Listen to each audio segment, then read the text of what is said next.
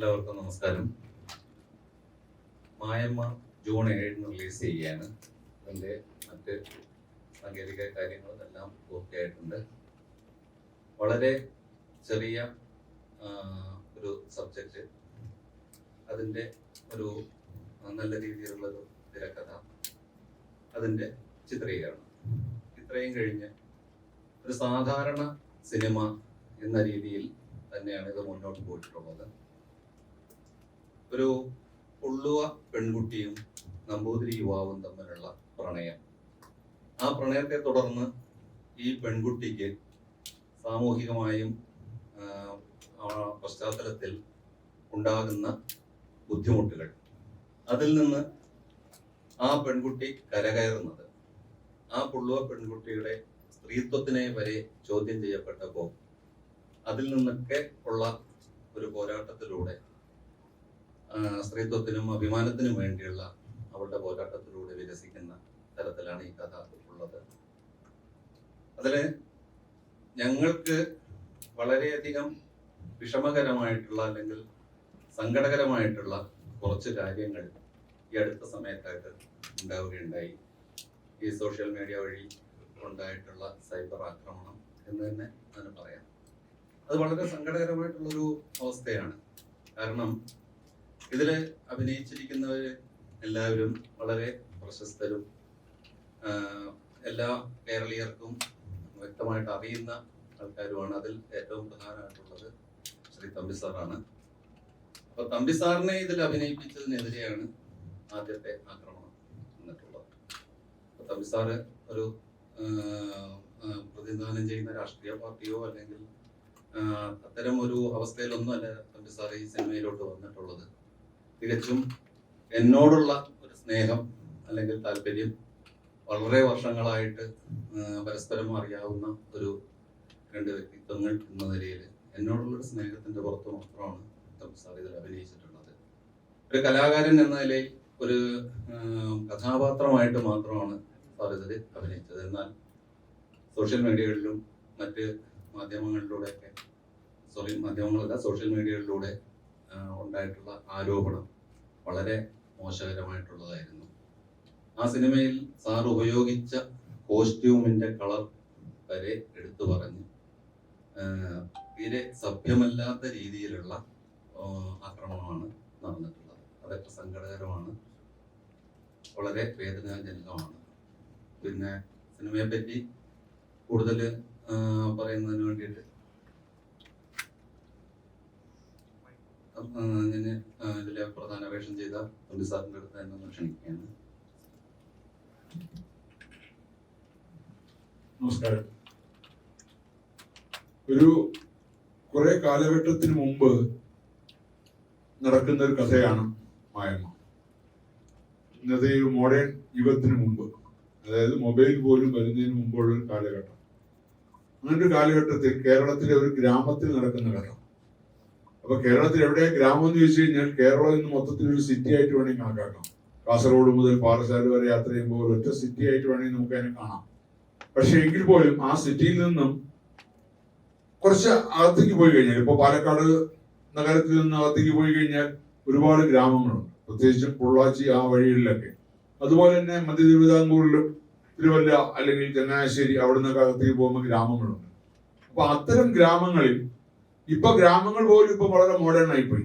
ഇപ്പൊ ഒരു ഗ്രാമീണത എന്ന് പറയുന്നത് പോലും നമുക്ക് നഷ്ടപ്പെട്ടിരിക്കുന്ന ഒരു കാലഘട്ടമാണ്. പക്ഷെ അതുകൊണ്ടായിരിക്കാം ഇതിന്റെ സംവിധായകനും തിരക്കഥാകൃത്തുമായ രമേഷ് കുമാർ ഇതിനെ കുറച്ച് കാലഘട്ടത്തിലേക്ക് പിന്നിലേക്ക് കൊണ്ടുപോയത്. കുറച്ചൊരു ആ ഗ്രാമീണത കിട്ടാനും ആ ബന്ധങ്ങളുടെ ഒരു ഊഷ്മളത നിലനിർത്താനും വേണ്ടിയായിരിക്കാം. അപ്പൊ അതുകൊണ്ട് തന്നെ ആ കാലഘട്ടത്തിന് പുറകിലുള്ളൊരു കഥ, ഒരു പുള്ളുവനും ആ പുള്ളുവ പെൺകുട്ടിയും പുള്ളുവന്റെ മകളും ഒരു മറ്റൊരു ഗ്രാമത്തിൽ നിന്നും പലായനം ചെയ്ത് ഒരു പുതിയ ഗ്രാമത്തിലെത്തുന്നു. അവിടെ അവരൊരു വേരുറപ്പിക്കാൻ ശ്രമിക്കുന്നു. അവിടെ അവർക്ക് സഹായമായി നൽകുന്ന ഒരു നമ്പൂതിരി ഇല്ലം, ആ ഇല്ലത്തിലെ ഒരു ഇളയ തലമുറയിൽപ്പെട്ട ഒരു പയ്യനുമായിട്ട് ആ പെൺകുട്ടി പ്രേമത്തിലാവുന്നു. പിന്നെ അത് ഉണ്ടാക്കുന്ന ഒരുപാട് പ്രശ്നങ്ങൾ, ആ പ്രശ്നങ്ങളെ എങ്ങനെ ആ കുട്ടി തരണം ചെയ്യുന്നു, അല്ലെങ്കിൽ ആ തരണം ചെയ്യുന്ന അവസ്ഥയിലേക്ക് കുട്ടിയെ എങ്ങനെ കൊണ്ട് എത്തിക്കുന്നു എന്നുള്ളതാണ് ഈ ചിത്രത്തിന്റെ പ്രധാന പ്രമേയം. അതുകൊണ്ട് തന്നെ ഇതൊരു സ്ത്രീപക്ഷ സിനിമ തന്നെയാണ്. തീർച്ചയായിട്ടും ഒരു ഫീമെയിൽ ഓറിയന്റഡ് അല്ലെങ്കിൽ ഒരു ഹീറോയിൻ ഓറിയന്റഡ് സിനിമ തന്നെയാണ്. മായമ്മ എന്ന് പറയുന്ന പ്രധാന കഥാപാത്രമാണ്. അത് അഭിനയിച്ചിരിക്കുന്നത് അങ്കിത വിനോദാണ്. അപ്പൊ ആ മായമ്മയുടെ അച്ഛനായ പുള്ളുവന്റെ കഥാപാത്രമാണ് എനിക്ക്. അപ്പോ ഞാനിത് രമേശ് എന്നെ ഈ വേഷത്തിന് വിളിച്ചപ്പോ ഞാൻ രമേശിനോട് ആദ്യം ചോദിച്ചത് ഞാൻ ആ വേഷത്തിന് ചേരുമോ എന്നുള്ളതാണല്ലോ. പുള്ളുവന്റെ വേഷത്തിന് എന്റെ ഒരു ബോഡി ലാംഗ്വേജ് ഒക്കെ വെച്ച് ചേരുമോ എന്നുള്ളതായിരുന്നു എന്റെ സംശയം. രമേശോട് ഇല്ല സാറ് തന്നെ ചെയ്യണം എന്ന് നിർബന്ധപൂർവ്വം പറഞ്ഞപ്പോ ശരി ആയിക്കോട്ടെ. ഒരു സംവിധായകനാണല്ലോ ഒരു നടനെ തീരുമാനിക്കുന്നത്, അല്ലെങ്കിൽ കഥാപാത്രം. പ്രത്യേകിച്ചും രമേശ് തന്നെയാണ് എന്റെ സ്ക്രിപ്റ്റ്. അപ്പം തിരക്കഥാകൃത്തും സംവിധായകനും ഒരാളാകുമ്പോൾ അയാളുടെ മനസ്സിലൊരു കഥാപാത്രത്തെ കുറിച്ച് ചിന്തയുണ്ടാവും. ഈ കഥാപാത്രം ഇന്ന രൂപത്തിലായിരിക്കണം, ഇന്ന ആളായിരിക്കണം ചെയ്യേണ്ടത്, അല്ലെങ്കിൽ ഇന്ന രൂപമുള്ള ഒരാളായിരിക്കണം ചെയ്യേണ്ടതെന്ന് തീരുമാനിക്കുന്ന തിരക്കഥാകൃത്തും സംവിധായകനുമാണ്. അപ്പൊ അതുകൊണ്ട് ശരി ആയിക്കോട്ടെ എന്ന് പറഞ്ഞു. പക്ഷെ എനിക്ക് നല്ലൊരു എക്സ്പീരിയൻസ് ആയിരുന്നു. കാരണം ഞാൻ ഒരുപാട് സിനിമകളിൽ അഭിനയിച്ചിട്ടുണ്ട്. എന്റെ സിനിമകളിലും അല്ലാതെ മറ്റു സിനിമകളിലും അഭിനയിച്ചിട്ടുണ്ടെങ്കിലും ഞാൻ ഇതുവരെ അഭിനയിക്കാത്ത തരത്തിലുള്ള ഒരു കഥാപാത്രം, നായികയുടെ അച്ഛൻ, അങ്ങനെ ഒരു കഥാപാത്രം ഞാൻ ചെയ്തിട്ടില്ല. അല്ലാതെയുള്ള പല പല വേഷങ്ങളും ചെയ്തിട്ടുണ്ട്. പക്ഷെ ഇതില് നായികയുടെ അച്ഛൻ മാത്രമല്ല, ഒരുപാട് നല്ല സെന്റിമെന്റ്സ് ഉള്ള മുഹൂർത്തങ്ങൾ, ഒരുപാട് ഡ്രമാറ്റിക് ആയിട്ടുള്ള മുഹൂർത്തങ്ങളൊക്കെ അഭിനയിക്കാൻ പറ്റി. ഒരുപാട് സീൻസ് ഒന്നുമില്ല, പക്ഷെ സിനിമയിൽ അതിമധ്യാന്തം നിറഞ്ഞു നിൽക്കുന്ന ഒരു കഥാപാത്രം തന്നെയാണ്. പക്ഷെ അത് ഞാൻ കാരണം ഒരു സംവിധായകൻ എന്ന നിലയ്ക്ക് എന്നെ സംബന്ധിച്ചിടത്തോളം ഞാനൊരു നടനായി ഒരു സെറ്റിൽ നിൽക്കുമ്പോൾ തീർച്ചയായിട്ടും നമുക്ക് ഒരുപാട് സന്തോഷമുണ്ട്. കാരണം ഒരുപാട് ഒരു റിലാക്സേഷൻ ഉണ്ട്. കാരണം ഒരു സംവിധാനം എന്ന് പറയുമ്പോൾ അതിനകത്ത് ഒരുപാട് ടെൻഷനുണ്ട്. ഒരു നടനാകുമ്പോഴത്തേക്കും വലിയ ടെൻഷനൊന്നുമില്ല. അപ്പോൾ അത് അഭിനയിക്കുന്നത് നമുക്ക് ശരിയാണോ എന്ന് നമുക്ക് മുന്നിൽ ഒരാൾ പറഞ്ഞു തരാനുണ്ടെങ്കിൽ തീർച്ചയായിട്ടും നമ്മൾക്ക് ആരും വലിയ നടന്മാരൊന്നുമല്ല. പ്രത്യേകിച്ച് സിനിമയിൽ അഭിനയം എന്ന് പറയുന്ന ഒരു വലിയ ഒരു നടന ഒരു സംഭവമൊന്നുമല്ല, ഒരു ബിഹേവിംഗ് ആണ് സിനിമ അഭിനയം എന്ന് പറയുന്നത്. ഒരു കണ്ടിന്യൂസ് പ്രോസസ് അല്ല ഒരു സിനിമയിലെ അഭിനയം. അതുകൊണ്ട് തന്നെ ഒരു ഷോട്ടിൽ ഇപ്പോൾ 24 അല്ലെങ്കിൽ 25 ഷോട്ടുള്ള ഒരു സീനാണ് എടുക്കുന്നെങ്കിൽ ആ സീനിലെ ഏത് ഷോട്ടാണ് ആദ്യം എടുക്കുന്നതെന്ന് സംവിധായകനാണ് തീരുമാനിക്കുന്നത്. ചിലപ്പോൾ 22ാമത്തെ ഷോട്ടായിരിക്കും ആദ്യം എടുക്കുന്നത്. ആ 22ാമത്തെ ഷോട്ട് അഭിനയിച്ചിട്ടായിരിക്കും ആ സീനിലെ 1ാമത്തെ ഷോട്ട് അഭിനയിക്കുക. അപ്പൊ ആ ഷോട്ടിന് വേണ്ടിയാണ് അഭിനയം. അപ്പൊ അതിന്റെ കണ്ടിന്യൂസ് പ്രോസസ് എന്ന് പറയുന്ന സംവിധായകന്റെ മനസ്സിലാണ്. സംവിധായകനാണ് സിനിമയെ മുഴുവനായിട്ട് ഉള്ളിൽ കാണുന്നത്. തന്റെ സിനിമ അല്ലെങ്കിൽ തന്റെ ഒരു സീൻ ഷോർട്ട് വൈസ് ഡിവൈഡ് ചെയ്യുമ്പോൾ സംവിധായകനാണ് തീരുമാനിക്കുന്നത് ഇത്ര ഷോട്ടുകളിലൂടെയാണ് ആ സീൻ ചെയ്യേണ്ടത്, ആ ഷോട്ടുകൾ ഇങ്ങനെ ആയിരിക്കണം. അപ്പൊ ആ സംവിധായകന്റെ മനസ്സിലുണ്ടാവും ആ സിനിമയില് ആ കഥാപാത്രം എങ്ങനെയാണ് അഭിനയിക്കേണ്ടതെന്ന്. അപ്പൊ അത് മനസ്സിൽ സംവിധായകൻ കാണുന്നത് അഭിനയിപ്പിച്ചു കൊടുക്കുക, അല്ലെങ്കിൽ അത് സംവിധായകൻ ചെയ്തു കൊടുക്കുക എന്നുള്ളതാണ് നടന്റെ കർത്തവ്യം. അപ്പൊ അത് എനിക്ക് തോന്നുന്നു ജനമാണ് പറയേണ്ടത് ഞാൻ ചെയ്ത് നന്നായിട്ടുണ്ടോ ഇല്ല എന്നുള്ളത്. കാര്യം എനിക്ക് സ്വന്തമായൊരു ജഡ്ജ്മെന്റ് ഇല്ല. പക്ഷെ രമേഷും മറ്റു ക്യാമറമാനും എല്ലാം നന്നായിരുന്നു എന്ന് പറഞ്ഞു സീൻസുകൾ കണ്ടിട്ട്. അപ്പൊ അതൊരു ധൈര്യം. ഇനിയും ജനം പറയട്ടെ. അപ്പോ അങ്ങനെ ഒരു നടനെന്ന നിലയ്ക്കും ഈ സിനിമയിൽ ഒരു സാന്നിധ്യം അറിയിക്കാൻ പറ്റും. പക്ഷെ നല്ല ഒരു സിനിമയുടെ ഭാഗമാകാൻ കഴിഞ്ഞാൽ അഭിമാനമുണ്ട്. പ്രത്യേകിച്ചും എന്റെ മകളായി അഭിനയിച്ച അങ്കിത വിനോദ കുട്ടിയുടെ റിലീസാകാൻ പോകുന്ന ആദ്യത്തെ സിനിമയാണ് ഈ മായമ്മ. എനിക്ക് ആ സിനിമയിലെ അതിമനോഹരമായ പെർഫോമൻസ് ആണ് അങ്കിത കാണിച്ചിട്ടുള്ളത്. അതുകൊണ്ട് തന്നെ പ്രത്യേകിച്ച് അതിൽ ആ ഒരു കളം മായ്ക്കുന്ന ഒരു പാട്ടൊക്കെ വളരെ റിസ്ക് എടുത്തും വളരെ ബുദ്ധിമുട്ടി ആ കുട്ടി പെർഫോം ചെയ്തിട്ടുണ്ട്. അതുകൊണ്ട് തന്നെ ആ കുട്ടി തൊട്ടടുത്തിരിക്കുകയാണ്. ഞാൻ അഭിനന്ദനങ്ങൾ നേരിട്ട് അറിയിക്കുകയാണ്. മാത്രമല്ല അതെനിക്ക് തോന്നുന്നു ഒരു നല്ലൊരു അംഗീകാരത്തിന് സാധ്യതയുണ്ട്. ഒരു നല്ല ഒരു ജനങ്ങളുടെ അംഗീകാരം, അതോടൊപ്പം നല്ലൊരു അവാർഡും എനിക്ക് തോന്നുന്നൊരു ഡെബ്യൂ നായികയായിട്ട് തന്നെ ഒരു നല്ല നടിക്കുള്ള അവാർഡുകൾ കിട്ടാൻ ഈശ്വരാനുഗ്രഹം ഉണ്ടാവട്ടെ എന്ന് ഞാൻ പ്രാർത്ഥിക്കുന്നു. എന്തായാലും ഈ സിനിമയ്ക്കും സിനിമയിലെ പ്രവർത്തകർക്കും എല്ലാവർക്കും എന്റെ വിജയാശംസകൾ നേരുന്നു. ഒപ്പം എല്ലാ പ്രേക്ഷകരോടും ഒരു അഭ്യർത്ഥന, ഈ സിനിമ തിയേറ്ററിൽ പോയി തന്നെ കാണണം. കാര്യം ഒരു സിനിമ നമുക്ക് തിയേറ്ററിൽ പോയി കാണുമ്പോഴാണ് ആ സിനിമ വിജയിക്കുന്നത്. നാളെ OTT പ്ലാറ്റ്ഫോമിലോ അല്ലെങ്കിൽ ചാനലിലോ ഒക്കെ സിനിമ വരാം, അത് രണ്ടാമത്തെ കാര്യം. പക്ഷെ അതൊക്കെ വരുമ്പോൾ അതിനൊക്കെ ആ സിനിമയുടെ ഒരു വിജയമായിട്ട് ജനം കണക്കാക്കില്ല. OTT ചാനലിൽ ഇത്രയും ആൾക്കാർ സിനിമ കണ്ടു എന്നുള്ളത് ഒരു സിനിമയുടെ വിജയത്തിന്റെ ഒരു കണക്കൂട്ടലിൽ വരുന്നില്ല. എത്ര ദിവസം തിയേറ്ററിൽ ഓടി, തിയേറ്ററിൽ എത്ര രൂപ കളക്ഷൻ വന്നു, ഇപ്പൊ കാണുന്നില്ല. മറ്റേ 100 കോടി ക്ലബിൽ കയറി, മറ്റേതിൽ കയറി, മത്സരിൽ കയറി. അതൊക്കെയാണ് ഇപ്പോഴത്തെ ഏറ്റവും വലിയ പബ്ലിസിറ്റികൾ. അപ്പൊ ഒരു സിനിമ നല്ല രീതിയിൽ വിജയിക്കണമെങ്കിൽ, വിജയിച്ചതായിട്ട് ജനം കണക്കാക്കണമെങ്കിൽ തിയേറ്ററിലെ ഒരു കളക്ഷൻ തന്നെയാണ് പ്രധാനം. അതുകൊണ്ട് എല്ലാ പ്രേക്ഷകരും ഈ സിനിമ തിയേറ്ററിൽ പോയി കാണണം. നല്ലൊരു സിനിമയാണ്. നിങ്ങൾക്ക് നൊസ്റ്റാൾജിക് ഒരു മെമ്മറീസ് ഒക്കെ സാധ്യതയുള്ള സിനിമയാണ്. കാര്യം ഒരു കേരളത്തിന്റെ തനിമയുള്ള സിനിമയാണ്. അപ്പൊ ഈ സിനിമയ്ക്ക് എല്ലാ വിജയാശംസകളും നേരുന്നു. ഒപ്പം എന്റെ കഥാപാത്രത്തെ അംഗീകരിക്കണമെന്നും കൂടെ അഭ്യർത്ഥിക്കുന്നു.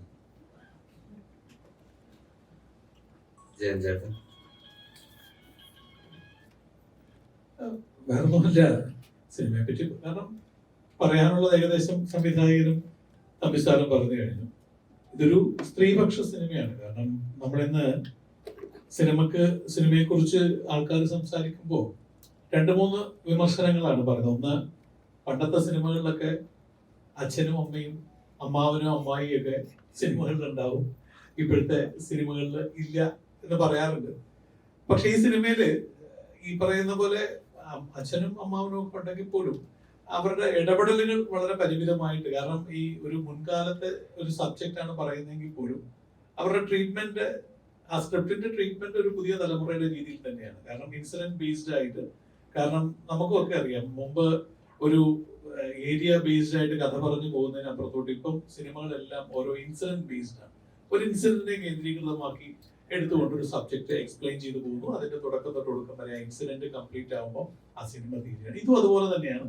ഒരു സ്ത്രീപക്ഷ സിനിമ, ഒരു സ്ത്രീ ശാക്തീകരണം മനസ്സിൽ കണ്ടുകൊണ്ടായിരിക്കണം ഇതിന്റെ സ്ക്രിപ്റ്റ് ചെയ്തിരിക്കുന്നത്. ഇതിന്റെ സഞ്ചാരപഥത്തില് നമുക്ക് ഇന്ന് സമൂഹത്തിൽ ഏറ്റവും കൂടുതൽ ചർച്ച ചെയ്യപ്പെടുന്ന ഒരു വിഷയമാണ് ജാതീയമായിട്ട് ആൾക്കാരെ ധ്രുവീകരണത്തിലോട്ട് തള്ളിവിടുന്ന ഒരു രീതി.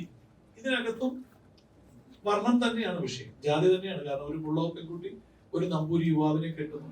ഇതിനുശേഷം ഇവരുടെ ലൈഫിൽ ഈ ജാതീയ വ്യത്യാസം തന്നെയാണ് ഇവരുടെ ലൈഫിനെ ബാധിക്കുന്നത്.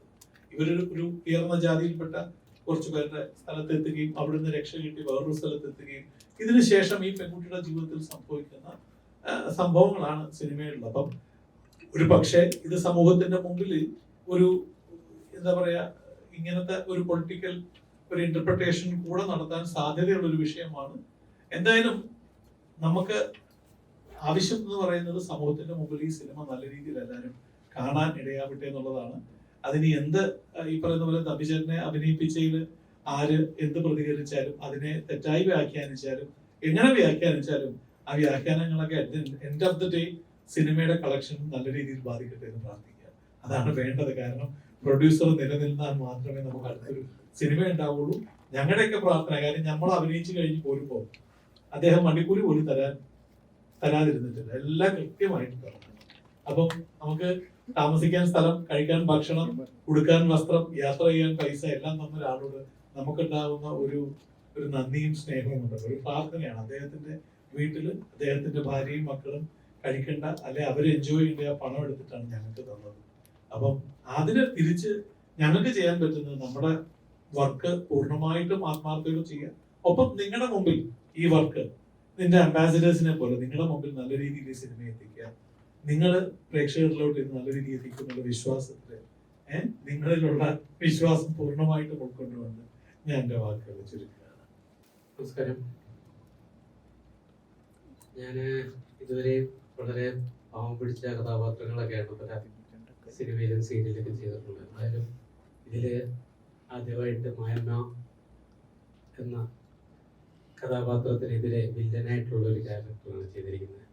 ഇതിന്റെ ഡയറക്ടർ എൻ്റെ അടുത്ത് വന്ന ഒരു വില്ലനാണെന്ന് പറഞ്ഞപ്പോൾ, അപ്പോൾ എന്തായാലും അങ്ങനെ ഒരു പരീക്ഷണത്തിന് തയ്യാറായ അദ്ദേഹത്തോട് നന്ദിയുണ്ട്. അതോടൊപ്പം ഇങ്ങനൊരു നമുക്ക് എന്താ പറയാ, പഴയകാല നമ്മുടെ നാട്ടുപ്രദേശങ്ങളൊക്കെ ചിത്രീകരിച്ച ഒരു സിനിമയാണ്.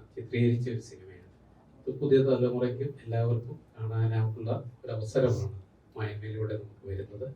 തീർച്ചയായും ഇത് വിജയിക്കേണ്ടത് ഇതിൽ പങ്കെടുത്തവരുടെയും അതോടൊപ്പം ഇനിയും ഇത് പ്രൊഡ്യൂസ് ചെയ്ത് അല്ലെങ്കിൽ സംവിധാനം ചെയ്യാൻ പോകുന്ന അവർക്കും ഇതൊരു പ്രചോദനമായി മാറും.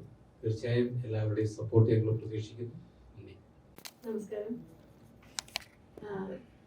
മായമ്മ എന്ന സിനിമ ഞാനൊരു ഗ്യാപ്പിന് ശേഷം വളരെ പ്രാധാന്യമുള്ള ഒരു കഥാപാത്രം ചെയ്യുകയാണ്. അപ്പോൾ ഈ സിനിമ എല്ലാവർക്കും കുടുംബസമേതം വളരെ ധൈര്യത്തോടെ പോയി കാണാൻ പറ്റുന്ന ഒരു സിനിമയായിരിക്കും എന്ന് ഉറപ്പുണ്ട്. ഇതില് ഒരുപാട് നാളുകളായിട്ട് മലയാള സിനിമയിൽ നമ്മൾ മിസ് ചെയ്യുന്നു എന്ന് പറയുന്ന പല കാര്യങ്ങളും ഇതിലുണ്ട്. നമ്മുടെ കേരള തനിമ, നമ്മുടെ ട്രഡീഷൻ, പിന്നെ ബന്ധം, ആളുകൾ തമ്മിലുള്ള ഒരു ബന്ധം, അതിൻ്റെ ഒരു ഡെപ്ത് ഒക്കെ വളരെ നന്നായിട്ട് ഇതിൽ ചിത്രീകരിച്ചിട്ടുണ്ട്. എല്ലാവർക്കും വളരെ പ്രതീക്ഷയുള്ള ഒരു സിനിമയാണ്. അത് വളരെ നന്നായിട്ട് വരും എന്ന് ഉറപ്പുണ്ട്. നല്ലൊരു ടീം വർക്കാണ് ഇതിലുള്ളത്. ഇതിൽ വർക്ക് ചെയ്ത ഓരോരുത്തരും ഇന്ന ജോലി എന്ന് വേർതിരിക്കാതെ എല്ലാവരും കൂട്ടായിട്ട് എല്ലാ ജോലിയും ചെയ്ത് കൂട്ടത്തോടെ ഉണ്ടാക്കിയ ഒരു സിനിമയാണ്. അതിന് എല്ലാവരുടെയും പ്രാർത്ഥനയുണ്ട്. ഇതിൽ നിങ്ങളെല്ലാവരും ഇത് വിജയിപ്പിക്കണം എന്ന് ആഗ്രഹിക്കുന്നു. 4 പാട്ടുകളാണുള്ളത്. ഒന്ന് ട്രഡീഷണൽ ആയിട്ടുള്ള നാവൂറ് പാട്ട്, കളംപാട്ട്, അഷ്ടനാഗക്കളത്തില് ഈ പുള്ളുവ പെൺകുട്ടി തലമുടി അഴിച്ചിട്ട് നാഗക്കളം മായ്ക്കുന്ന ആ പരമ്പരാഗതമായിട്ടുള്ള ആ ഒരു രീതിയിലുള്ള പാട്ട്, പിന്നെ പുള്ളുവൻ പാട്ട്. ഇതത്രയും കൈകാര്യം ചെയ്തിട്ടുള്ളത് ശ്രീ രാജേഷ് വിജയാണ്. അദ്ദേഹത്തിന് നമസ്കാരം. പാട്ടുകളെ പറ്റി ഞാൻ സിനിമയെ പറ്റി എല്ലാവരും പറഞ്ഞു കഴിഞ്ഞു. പാട്ടുകളെ പറ്റി പറയുന്ന വെച്ചപ്പോൾ അതാണ് രമേശ് ജി പറഞ്ഞു കഴിഞ്ഞു. എന്തായാലും എന്നെ സംബന്ധിച്ചത് എൻ്റെ ഒരു ബ്രേക്ക് ത്രൂ ആയിട്ട് ഞാൻ കാണുന്നു. കാരണം നല്ല രീതിയിലുള്ള വ്യത്യസ്തമുള്ള പാട്ടുകൾ ചെയ്യാൻ പറ്റി.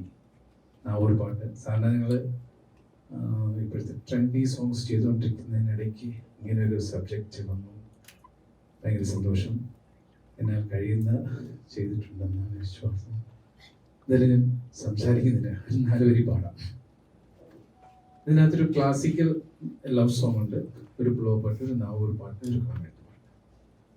കാതരമിഴീണകൾ ഇടയും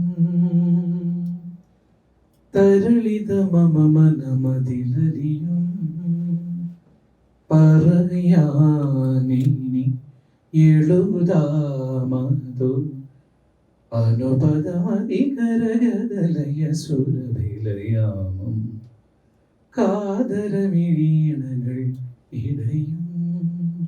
ഇതിനകത്തുള്ള ഒരു ക്ലാസിക്കൽ ലവ് സോങ്. എല്ലാവരും അടിപൊളിയായിട്ട് അഭിനയിച്ചിട്ടുണ്ട്. ലിറിക്സ് രമേശ് ജിയാണ്, ഡയറക്ടർ തന്നെയാണ് എൻ്റെ ലിറിക്സും ചെയ്തിരിക്കുന്നത്. ഓക്കെ, സിനിമയെ പറ്റിയൊക്കെ എല്ലാവരും പറഞ്ഞു കഴിഞ്ഞു. ഞാൻ അവനെ സിനിമാ രംഗത്ത് എൻ്റെ 5ാമത്തെ സിനിമയാണ്. പക്ഷേ എൻ്റെ ആദ്യത്തെ സംരംഭമാണ് മായമ്മ. ഈ 5 പടത്തിന് മുമ്പ് തന്നെയാണ് ഞങ്ങളുടെ മായമ്മയുടെ കൂട്ടായ പ്രവർത്തനം തുടങ്ങിയത്. എൻ്റെ ഒരു മുൻഷി മാഷ് എന്ന കഥാപാത്രത്തോടെയാണ് എനിക്ക് കിട്ടിയിരിക്കുന്നത്. തന്നതിൽ രമേശോടും നന്ദി അറിയിക്കുന്നു. എല്ലാവരും ഈ പടം തിയേറ്ററിൽ പോയി കാണാൻ ഞങ്ങളുടെ വലിയ പ്രതീക്ഷയാണ് അങ്ങോട്ട് ഏൽപ്പിക്കുന്നത്. അതുപോലെ തിരിച്ച് ഞങ്ങൾ പ്രതീക്ഷിക്കും. എൻ്റെ പേര് അരുൺമണി. എനിക്കിവിടെ വേദിയിലിരിക്കുന്ന വിശിഷ്ട വ്യക്തികൾ പറയുന്നതിനപ്പുറത്തേക്ക് എനിക്ക് ഒന്നും പറയാനില്ല. എല്ലാവരും പറഞ്ഞു കഴിഞ്ഞു. ഒരുപാട് സന്തോഷമുണ്ട്. എനിക്ക് ഈ ഒരു വേഷം തന്നിട്ടുള്ള രമേശ് സാർക്ക് ഒരുപാട് നന്ദി. എന്നെ ഈ സിനിമയിലോട്ട് എത്തിച്ച എല്ലാവരെയും ഞാൻ ഓർക്കുന്നു. എല്ലാവർക്കും നന്ദിയുണ്ട്. പ്രത്യേകിച്ച് എൻ്റെ പാരൻസിനോട് ഒരുപാട് നന്ദി. എല്ലാവരും തിയേറ്ററിൽ തന്നെ പോയിട്ട് സിനിമ കാണാൻ ശ്രമിക്കണം. Thank you. ഒരു കൂട്ടം പുതുമുഖങ്ങളുടെ അരങ്ങേറ്റം കൂടിയാണ് ഈ സിനിമ. അപ്പൊ അതിനെ ഞാൻ നേരത്തെ സൂചിപ്പിച്ചതുപോലെ, ജയൻചേട്ടൻ നേരത്തെ സൂചിപ്പിച്ചതുപോലെ, ഈ ആരോപണങ്ങൾ കൊണ്ട് ദയവായി തകർക്കാതിരിക്കുക എന്നൊരപേക്ഷ എനിക്ക് ഈ അവസരത്തിൽ നിങ്ങളോട് എല്ലാവർക്കും പറയാനുണ്ട്. അടുത്തായിട്ട് ഇതിലെ നായിക അങ്കിത വിനോദ്.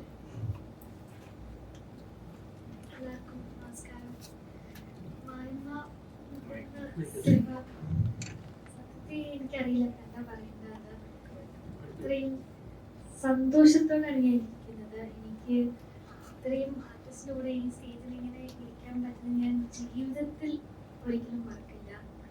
എൻ്റെ ലൈഫിൽ, എൻ്റെ അഭിനയ ജീവിതത്തിൽ എനിക്ക് ഒരു വലിയൊരു അംഗീകാരം തന്നെയാണ് മായ്മ എന്ന സിനിമ.